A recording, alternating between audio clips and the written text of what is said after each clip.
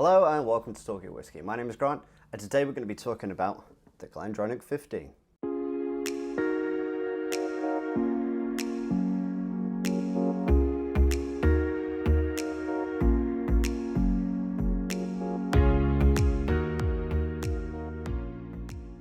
So GlenDronach are a Highland distillery in Scotland. They were first founded back in 1826. Now, they are kind of known to being a heavily sherry-influenced whiskey, sherry maturing, sherry aging. In fact, the majority of their stuff involves some kind of sherry cask at some point or another. Now, they are one of my absolute favourite distilleries, so I'm going to go out there on that one, and yeah, I just adore them. They're fantastic. Top three for me, I reckon. So this is the GlenDronach 15 Revival. Now, when they do their maturing, they mature it in Pedro Menes and Oloroso sherry casks from the Andalusia region in Spain. Now, coming up front on this one, you know how much I like GlenDronach. I'm not going to be very objective with this, but I'm going to try my best.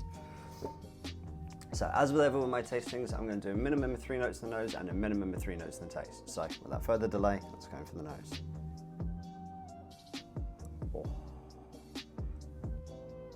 Oh, it's just beautiful. Oh, okay, so it's like the absolute gorgeous, typical kind of GlenDronach notes you're getting. So it's dried fruits. You've got dried apricot in there. You've got dried raisins. You've got sultanas. You've got figs as well. A little bit of fig note going on there, and you've got dates going on there too. And then you've kind of got this kind of rich, dense, kind of caramel, toffee kind of note going on with it as well. So yeah, it's coming across quite dense, but like a sweet dense. It's beautiful. Almost kind of reminds me of rum raisin, as in like a rum raisin fudge. I get that note a lot actually. Like a lot of things with sherry casks, I tend to get that note a lot. But like, let me know if you guys get it at all. Oh, so good. Right, let's go for the taste.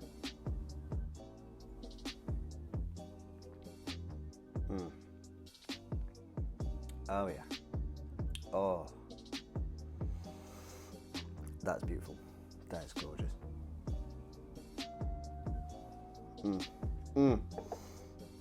So yeah, really similar notes on the taste. Again, you've got all those lovely dried fruits. You've got the raisins, you've got the dates, you've got a little bit of dried apricot in there.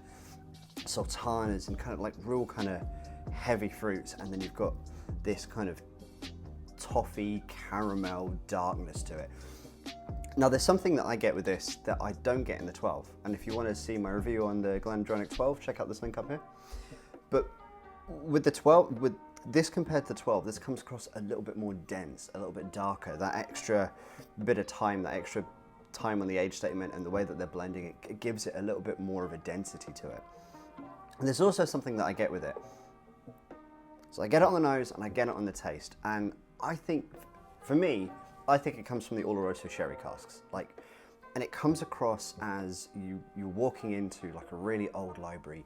You've got big oak bookcases, and you've got the old wooden leather chairs, and you just walk in, and it's nice. And so so the next thing I'm going to say is dusty, but it's that kind of like an old wooden library with all the books, and you've got the leather chairs. That's the kind of dusty, musty feeling I get to it. And it comes across really subtle on the 15 for me. Like it starts creeping in there a little bit. I barely get it, if at all, on the 12, but I get it more in the 15. And I think it is that Oloroso sherry cask, and that's the one of the notes I get from Oloroso.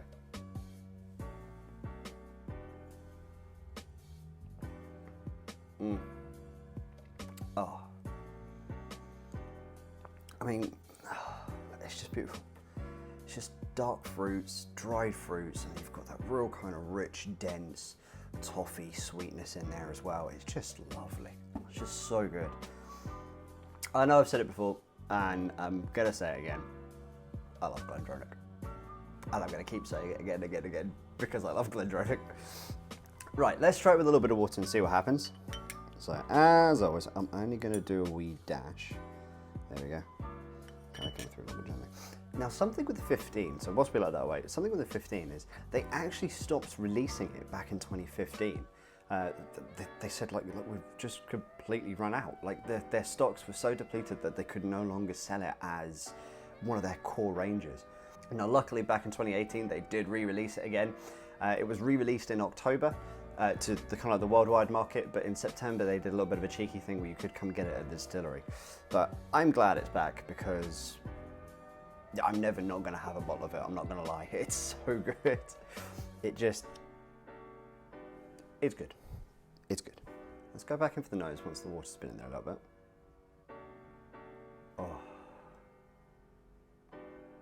Oh yeah. So the water's kind of just opened it up a little bit more. It's become a little bit more vibrant, more of it's leaping out the glass. I'm getting that dusty note from the Oloroso, that kind of wooden library job. That's coming out a lot more to me now. The real kind of dense sweetness has been toned down a bit. You're still getting all those beautiful dried fruits, so like the raisins, the dates, sultanas, and you've got that little bit of dried apricot in there as well. So the water's opened it up, it's less dense, it starts to become a little bit more vibrant. Oh yeah, and I'm kind of getting a little bit of a honey note in, so kind of in with like the caramel and toffee sweetness. There's a little bit of honey going on there as well.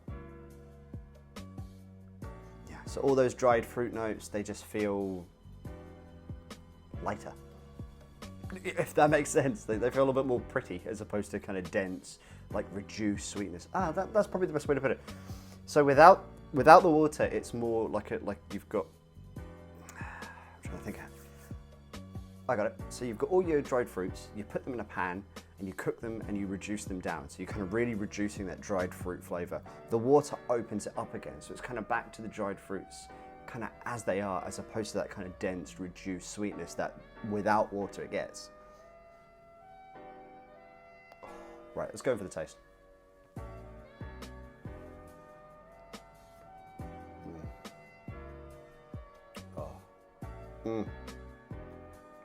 That's beautiful. That's really good.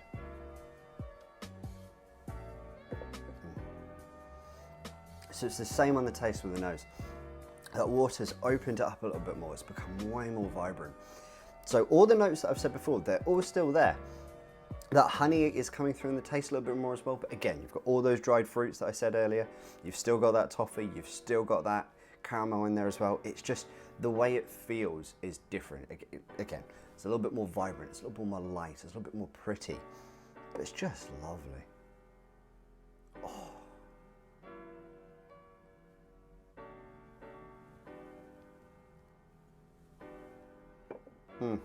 Now the GlenDronach 15 comes in at 46% and it is non-chill filtered.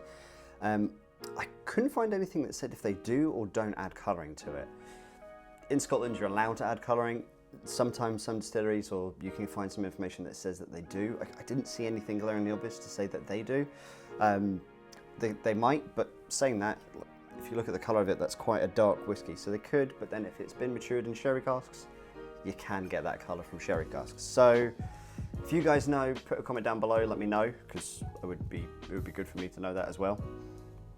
But I think the GlenDronach 15 is just beautiful. It's this real kind of typical good sherry whiskey. Like when somebody thinks about, right, what's a typical sherry bomb whiskey? I tend to pull anything from GlenDronach full stop. And it is a lot more different from the 12. So the 12 is a little bit more kind of like an entry level. It's a little bit easier to kind of get to grips with. You can pick out the notes a little bit easier. This feels a little bit more complex. There's a lot more going on. All those notes, that density and everything that's in there. But yeah, I would say the 15 is a little bit more complex than 12. You've got that, for me, you've got that kind of dusty note that comes from the Oloroso casks. And I think that comes with a little bit of extra age in it, so compared to the 12, and possibly the way that they're blending the casks as well. So I would say if you're fairly new to whiskey, the GlenDronach 15 could still be pretty good for you. I would say it would be a good one to start diving into a little bit more complex whiskies, trying to pick out some of those little bit more complex, nuanced notes going on. Now what I said did sound quite similar, but all those dried fruit notes that were going on, there was a lot of them. And they were just the ones that I've picked out. So I don't even think that I might have done this whiskey justice, just because I enjoy it so much anyway. If you're into your sherry whiskies and you've not had the 15, definitely give it a try. This is fantastic, and I don't think you'd be disappointed if you enjoy a sherry whiskey anyway. Something that could maybe put people off is that kind of dusty note that I said. I know that with Pedro Menez that tends to be a little bit more sweeter, and then you get a little bit more of the kind of the dusty notes and everything from the Oloroso casks. I personally adore that. That's something that I absolutely love with sherry whiskies. So that could be something that might put people off. But yeah, give it a try. Let me know what you guys think down in the comments below. Don't forget to like, share and subscribe, and of course, cheers to you all.